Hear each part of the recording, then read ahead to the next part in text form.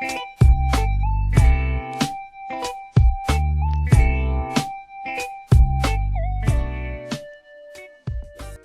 guys, as you can see from the title, I am coming back to give you guys a little dating horror story.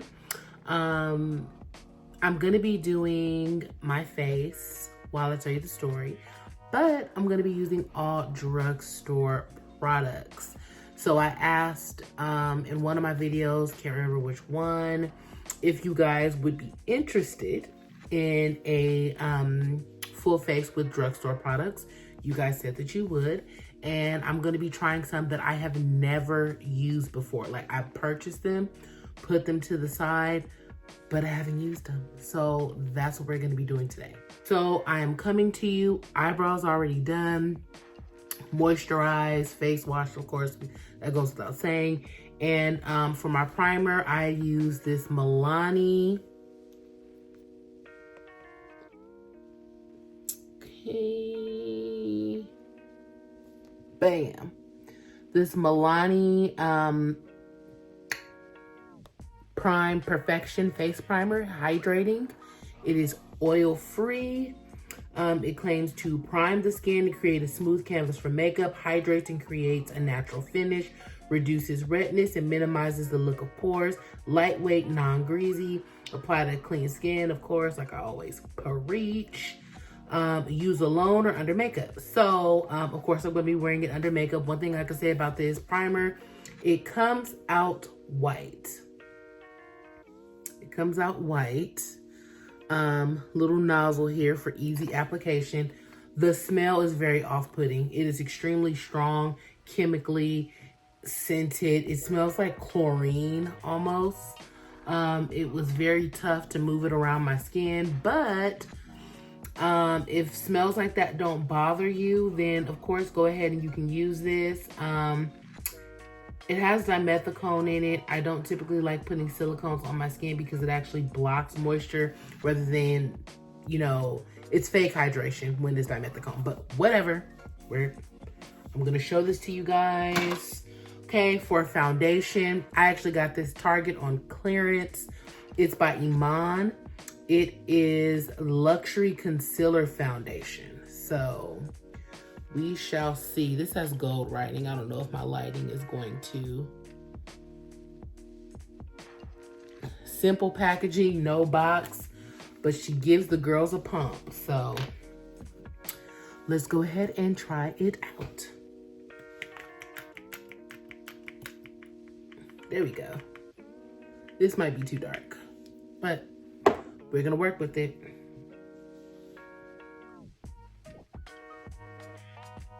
I'm not gonna put that much because I do not know what the coverage is like. It says it's a concealer foundation, which means typically it's gonna be like full coverage. So I'm just gonna apply thin layer, and I am going to speed through this for the sake of not having a super long video. See that coloring there? Oh, we're dipping into. Okay.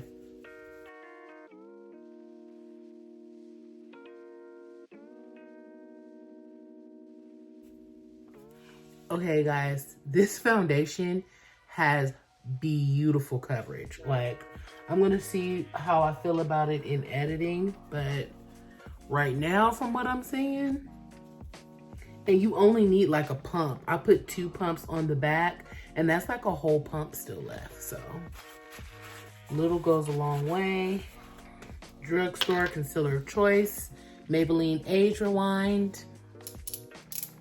Okay, so let's get into this dating horror story.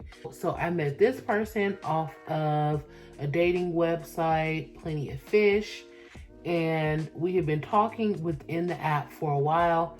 He seemed kind of cool. I'm not gonna lie, a part of me kind of had a red flag, like, he seems a little bit like, what's the word I'm looking for? Like, I mean, there's nothing wrong with boosting and talking yourself up. I think you should always do that, whether it be in personal or professional circumstances.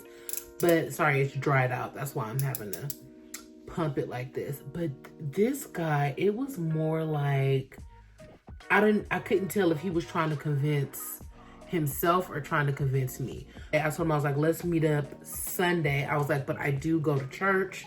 I typically get out of church about 10. I said, I have some, things to do with family, and then, we can meet up. So we can meet up like around 12:30, 1 o'clock. So he's like, okay, that works for me. That's cool. That's fine. Now, just a little background on this guy. He had told me, I think he was like 36. He didn't have any kids. He did some type of like engineering work, and he was very upfront. He was like, I make about $90,000 a year. He's like, I own my own house. He's like, a lot of women, I meet them, but I realize that they don't have a lot going for themselves. And I end up like trying to mold them or teach them and not necessarily grow with them. And I'm just looking for somebody that I could be equal with. Now, I'm not bragging, but I consider myself to pretty much have, myself together. I mean, I've been fortunate enough to where my parents allowed me to go to school and virtually not have to work. So I was able to go to college. I don't have any kids, so I didn't have to worry about like, immediate money and trying to take care of another person. So in comparison to what it is that he's looking for, I do work in corporate America. I'm a homeowner as well. I was like, okay, we're equally yoked or whatever.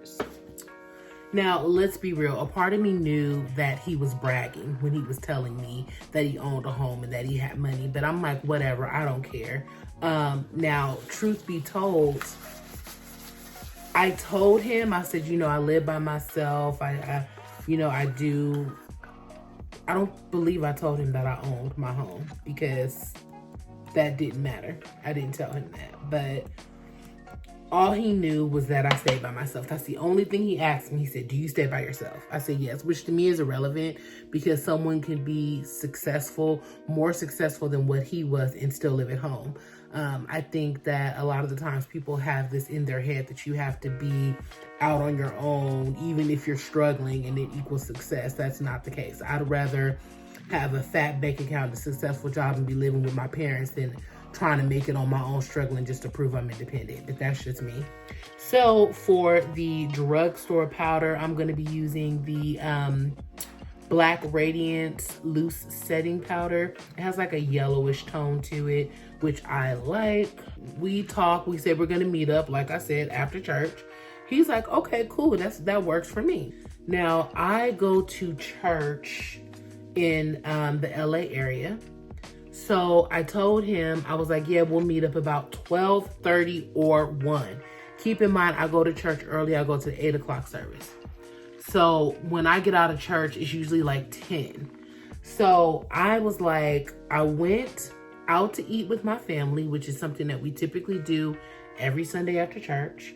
Then I called my friend who also lives in the LA area. And I'm like, hey, now this is somebody I've been friends with for a long time.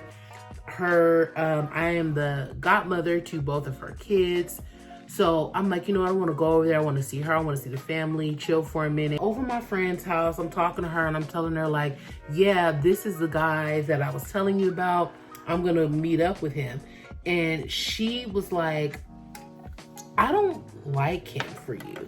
She just randomly said that. And understand that my friend is not like that. She's not the kind to try to dictate who you date and all of that. She's like, I really don't like him for you. I like so-and-so, who is my actual current boyfriend now, ironically. But she's like, if the things that you're telling me, they're just not gelling with me. Like, I'm not feeling him.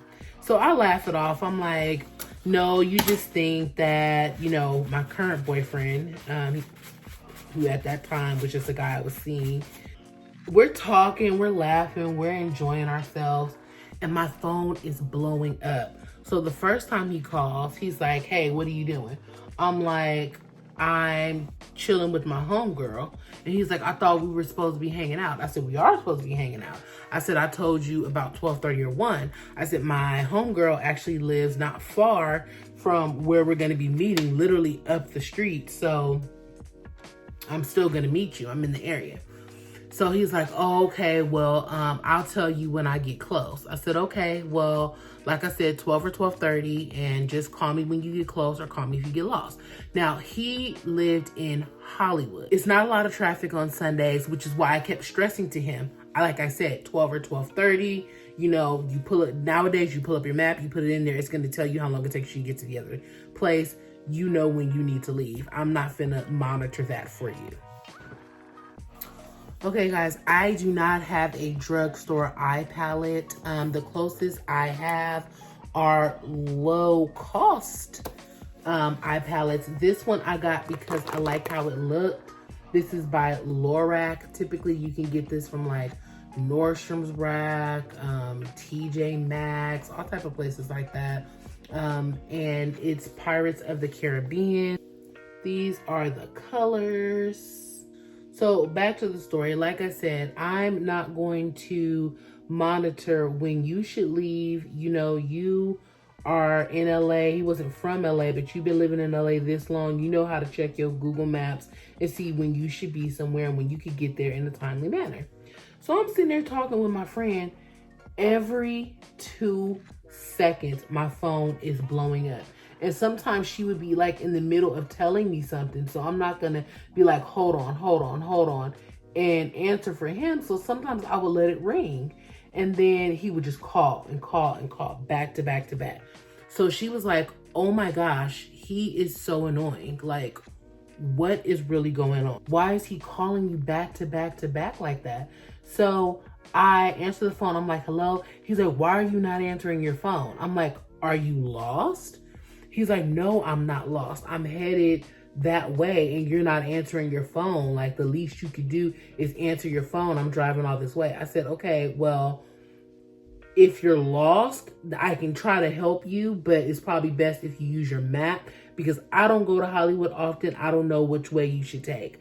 I said, if you're just trying to, you know, talk to me, let me call you back. Because I'm visiting my friend right now and my god babies. I will call you in a minute. He's like, man, whatever. Okay, call me back. So I finished my conversation with my friend. She's already looking at me like, no. So before we can even get good into the next conversation, homeboy calls back again. And he's blowing up my phone. So I answer. I'm like, hello. He's like, yeah. I'm like, what's up? He's like, I'm just trying to figure out if you really even trying to see me or am I coming down there for nothing? I said, okay, well, why would you think that? He's like, because you're not answering your phone when I call. He's like, you're not trying to talk to me and I'm on my way up there. He's like, it just seems like, you know, you're not that interested. I said, okay, again, like I said, this color is Ashy McAsh. I said, like I said before, my friend, I'm sitting here with my family. I'm talking to them. I will meet you. Call me when you get to the area. Talking to my friend again. He's blowing up my phone. And this time he's like, I don't know where I'm going. So I'm like, okay, this calling me, I can help you with, because at this point he had made it closer to where we were supposed to meet. So I give him the directions of like where to go, and I'm like, okay, I'll be there in a second. He's like, okay, so you're coming? I'm like, yeah, I'll be there in a second. So I'm telling my friend, like, girl, let me just go meet this guy real quick because he did come all the way over here. So I'm gonna meet him and then I'll be back. And she's like, yeah, he's mad annoying, but okay, whatever, he did come all this way. Now, the irony of this situation is my friend at the time lived in the building where the where the show Insecure was filmed. So on any given day, when you walked out of her building, there were people posing, there were people taking pictures, there were people standing there. It was like a spot that people visiting LA or coming to California always went to. They wanted to see where Insecure was filmed. So on some days, you couldn't just walk straight out, hop in your car and drive off. It was going to be people that ask you questions because they just assumed you live there. Or they'll say, oh, can you just take a picture of me and my friend in front of the building? And I'm not a jerk. Like, okay, I'll do that. So I stopped for like 2 seconds, fam. 2 seconds to take a picture, to help this girl take a picture in front of the building. And the whole time, I'm taking the picture, he's calling. I kid you not, I cannot make this up. So I'm like, all right, guys, I gotta go. I'm kind of late. I'm supposed to be meeting someone. They're like, okay, blah, blah, blah, blah, blah. Bounce. This is where the plot thickens. So I pull up. I don't see him. And so I tell him, I said, I can save the car that I had because I don't have it anymore. I was like, I'm in a red Charger. Do you see me? He's like, yeah, I see you. He's like, come over this way to the black. He was like, come over this way by CVS. Now, if you've ever been to the Fridays in Ladera, over here is like a Starbucks and a Jamba Juice where like a whole lot of people kick it and chill outside. Then you have Fridays over here where like a whole lot of people are like mixing and mingling. That is really compact. It's really busy. All the way over to the other side of the parking lot is where you have the CVS. One parks at the CVS who is going to Fridays. It does not happen, okay? So I'm like, okay, you're all the way over there. We'll work, whatevs, okay. I go over there and I said, are you in the black Jeep? It's a Trackhawk. Understand that I know cars. Yes, I'm girly. Yes, I love all things makeup, fashion, and beauty. But if I don't know nothing, I know cars. I am cars, okay? So I understand what you mean by saying it's a Trackhawk. I understand the difference between a Jeep and a Trackhawk. Trackhawk is like a Hellcat, the top model of a Jeep that you can get. Totally different engine, totally different horsepower, totally different trim, but it's still a Jeep. So if I'm looking for you, if I didn't know cars and you said I'm in a Trackhawk, I wouldn't know what that is. But luckily, I know a lot about cars, especially American cars. So when he said a Trackhawk, I'm like, okay, it's probably that Jeep over there. Because a Trackhawk is a Jeep. Let's be clear. Okay, I could have broken down the specs on my Charger, but instead I said a red Charger. Okay.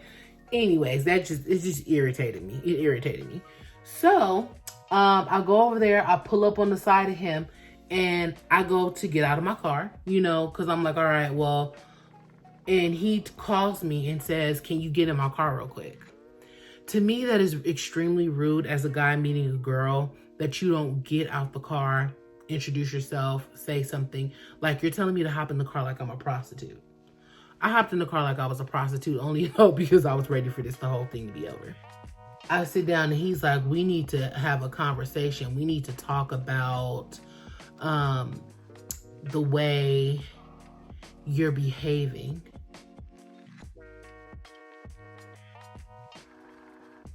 He said, I'm going to tell you a little story and give you some perspective on what it is you're dealing with, and then you can decide how you want to move forward.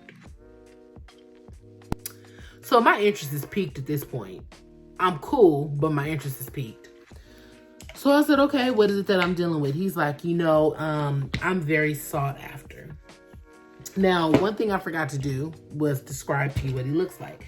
Now, just for a little back history, I typically always attract skinny, athletic men. I don't know what it is. I've posted this on several social medias. I've done polls. I don't know.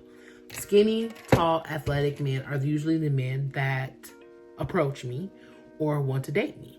This guy was like maybe 6'1", which is still tall. You know, I'm 5'4", so everything's a little bit taller than me. He was like 6'1", and he was chubby. I don't have anything against chubby men. Chubby men just don't approach me. Maybe they think too fat people don't need to be, you know, dating. I don't know what the case is, but bigger men typically do not approach me. So I'm like, okay, so this is just going to be a whole new experience anyways for me. So he's like, yeah, I'm very sought after. He's like, there are women who would give anything they could to be with me. I'm like, oh, okay, well, tell me about it.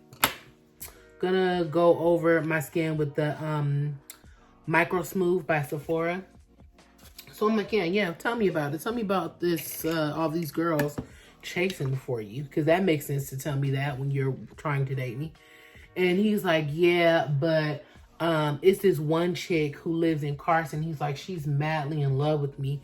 He's like, she always asked me to come over and chill with her. He's like, I'll go over there, I'll chill with her, and then when it's time for me to leave, I'll be like, oh, you know, I gotta go. He was like, if I tell her, like, I told her I had a date with you, and she was crying on the phone telling me, why do I have to go on these dates? Why won't I just be with her? I said, well, why won't you just be with her? Sounds to me like, you know, you clearly like her. You're going to hang out with her. You're going to visit her. And he's like, well, she don't have her stuff together. Her credit bad. She stayed with her mama, and she don't know the importance of $1. I said, oh, okay. He goes, and I tell her that all the time. Like, if she want to attract a dude like me, she got to step her game up. I said, oh, she's still your friend? Because I surely would not be your friend or your sex buddy or whatever it is that she is to you if you talk to me like that. But whatevs. So he's like, yeah, she working on herself. I said, so it sounds like what you're telling me is that you have a chick on the side waiting with breath that is baited to be tagged in. Why would I be interested? That's not what I'm saying. Okay, well, what are you saying? Because that's what it sounds like to me, that you're forewarning me that this is a game of chess, not checkers, and I ain't the only one, is what it sounds like what you're telling me. So he's like, no, I'm just saying, you know, that by me choosing to date you, that it means that I see a lot in you and you have a lot of potential. I said, okay, well, that's very nice of you, even though it wasn't as insulting. And he's like, yeah. So with that being said, I just want to kind of see where your head is. To the no. So he says, I make a lot of money. I make $90,000 a year. He goes, that's before overtime. He goes, as you can see, I have a $110,000 car. He's like, I have multiple cars. Like I said, I own my own home. I have no kids. He's like, you know, I have every type of shoe there is. He starts reaching in the back and showing me how he got J's and Jordans, all this. I'm a sneakerhead, boo. I got all them same shoes. Like, it's nothing. We don't even want to go to the tennis shoe game because I will murder you. Anyways, so he's like, yeah, and this is my weed. Pulls out this big, like, gallon sandwich size bag of marijuana. And I'm like, oh, okay. And he's like, my weed is $500 a month. Okay, well, everybody can spend their money how they see fit to spend it. The kid, me, myself, I ain't spending no $500 on weed, but whatever. So he says to me, so let's say we was in a relationship and I said to you, babe, I need you to go run and get my weed for me. Would you do it? I said, absolutely not. Why? I said, I'm not going purchasing weed for you when I don't smoke. Okay? If you want weed, you need to do that on your own time. Okay, all right. I understand that. I mean, if you needed me to go get something for you, I would. I said, yeah, and I would too, but I'm not going to get your weed for you. That's not a necessity. If it is a medical necessity, then I wouldn't be able to pick it up, right? Because you have a prescription. He's like, what if I told you that I was running a little low on my funds and I needed your help to pay for my weed. Would you pay for my weed? I said, no, I wouldn't. Like, right, he goes, okay, so right now, if I said to you, give me $500 for my weed, would you do it? I said, absolutely not. He said, I'll pay all your bills right now. I said, I didn't ask you to pay all my bills right now. He goes, but I'm telling you. He's like, give me your account numbers right now. He said, if you don't want to give me your account numbers, just tell me your Cash App. I'll Cash App you the money for your bills right now. What's your biggest bill? That's when I hit him with a whammy. I said, my house note. He was...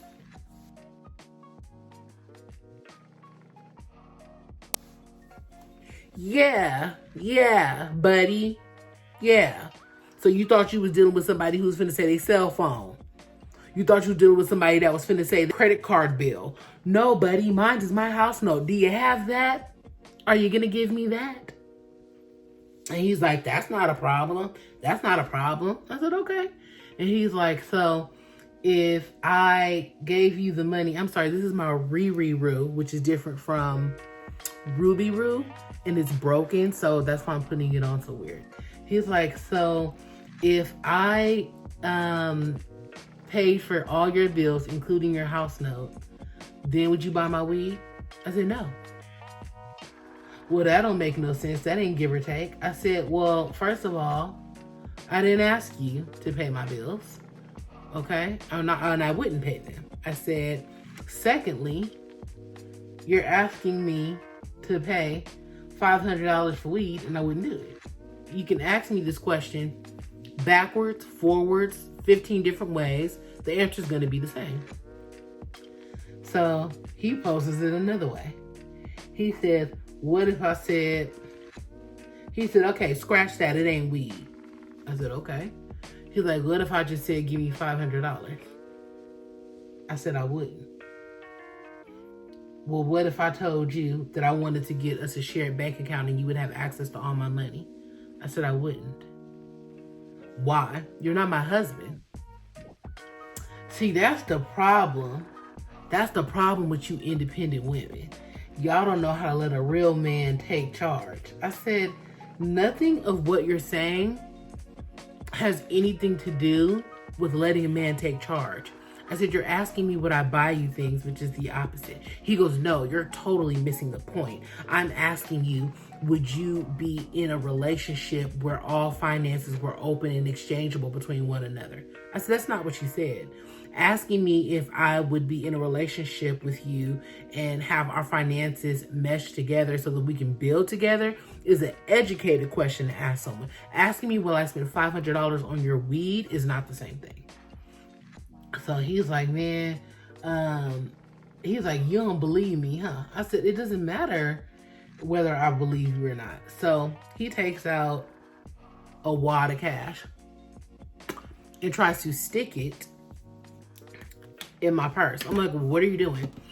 He's like, I am very rich. I am very rich, bitch. Okay, sounding like Nene Leakes. I'm like, okay, well, I understand that you're rich. I said, but I don't want your money. I said, I'm not trying to be in a situation where someone's coming to look for their weed money. I don't know what you do, but I don't need your money.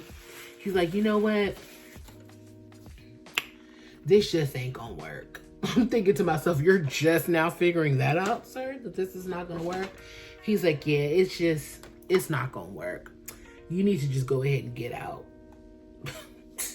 Okay, I quickly grab my stuff. I go to exit. He like, hold on. What are you doing? I said, I'm getting out of the car. I'm leaving. And he's like, why? I said, you just told me to get out. Ugh, you're not understanding. You're not getting any of this. It's like none of it is sinking into your head. Okay, well.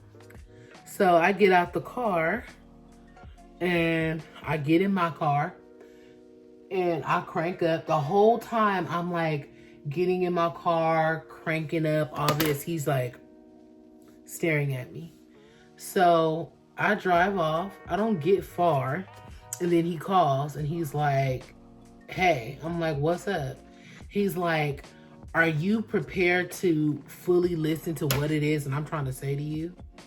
I said, I thought I had. I thought our conversation was over when you told me to get out. He goes, no, I'm trying to instill in you how you can get generational wealth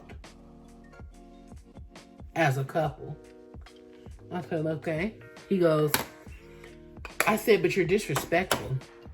I am not disrespectful. I said, yes, you are. I said, you're very disrespectful and misogynistic. I said, and I said, I know my worth, and I'm not going to have you talk down to me the way you're used to talking down to other females. This is the only drugstore. No, I have a Milani baked blush. This is actually a really good one. I forgot about it. I'm gonna have to put this to the forefront. So I said, you know what? You have a nice day, sir.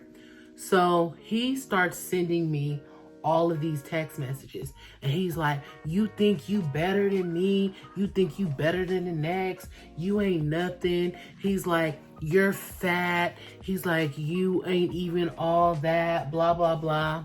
So I told y'all, okay, back in my very first YouTube video, that if you piss me off, I will lock and load a machine gun full of insults and shoot them at you so viciously that I will ruin your life. It is a side of me that I like to keep locked up, just tucked up. I don't like to do it, but I will. I'll pull out that machine gun. I talked about his rolls. I talked about his belly spilling over. Like, dude, you're fat too. Okay, the difference is I'm fat and fine. You're just fat and average. We're not the same. I told him that, you know, he basic. Talk about what I imagine to be his penis size. Talk about how insecure he is. Talk about how he has this thing against women because no one will date him. That he's stupid. He's clearly not from California, judging by the way he dresses and the way he decides to accessorize, and that the weed that he held up in the bag was in fact trash. I could tell by the way it was all crumbly and not clumped together, like you didn't even have good weed. So whoever's charging you $500 for that is getting the best out of you. I mean, every single thing that I noticed from that little few moment encounter, I went ahead and I spit his way. His response was, shut up. And then I felt bad. When you go off on somebody like that and they only response is shut up, that means you cut them deep. You hurt them deep. So I said to him, I said, you know, I ain't trying to be mean. I ain't trying to, you know, do you like that. I said, but you got to learn that you can't come at people like that, especially when you don't know them. I said, you ain't from here. I said, you don't even know who I know. I said, I could easily have somebody at your door, and this is real. I'm not just saying this, like, you understand that, and this is in every state, but especially in LA, you never know who people know. So you don't want to come at somebody sideways like that, because they could get you messed up. So I'm going to be using this Thrive little highlight pen. You know, and I said, I understand that you felt some type of way. I said, but you only felt some type of way because you made the situation like that. Like, it didn't even need to be all that.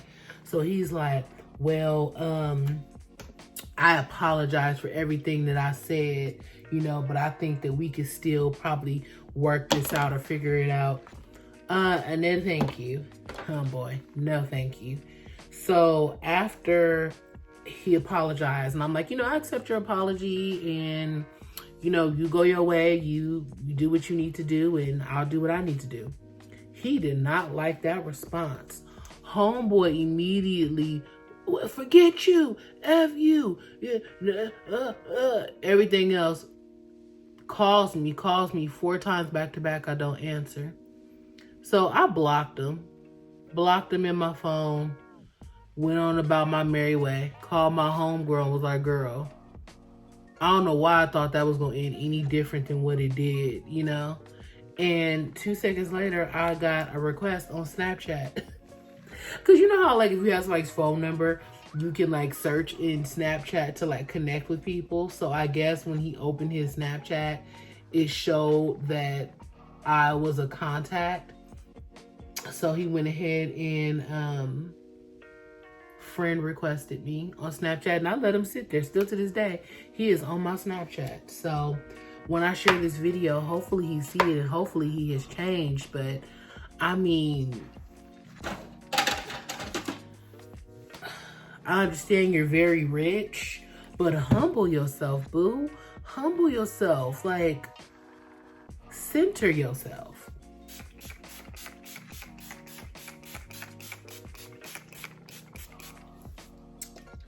Now, the good news, or rather, the interesting thing about that entire scenario, that entire story, is that I left from that date and went to go see a whole nother person because I was like, Amber, you're never gonna date again if you let this horrible date simmer and set and ruin your Sunday.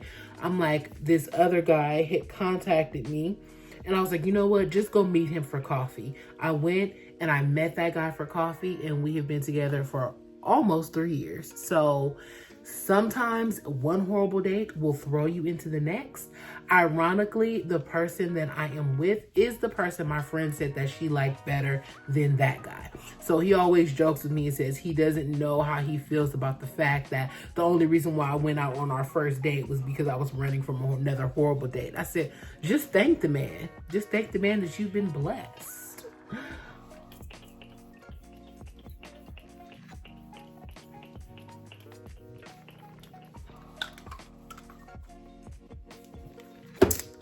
All right, guys, that is this video and another dating horror story for you guys. Trust me, I have lots in my arsenal.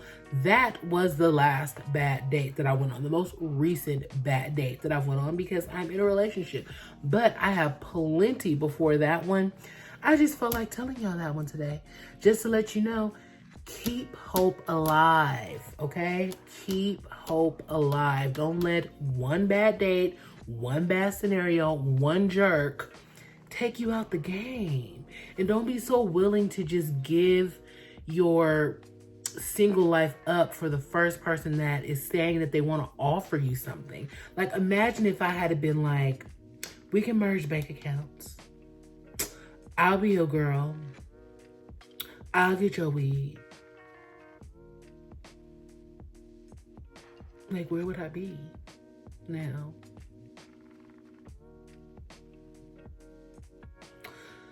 Whew, snap out of it. All right, guys. See you next time. Love you. Mean it. Bye.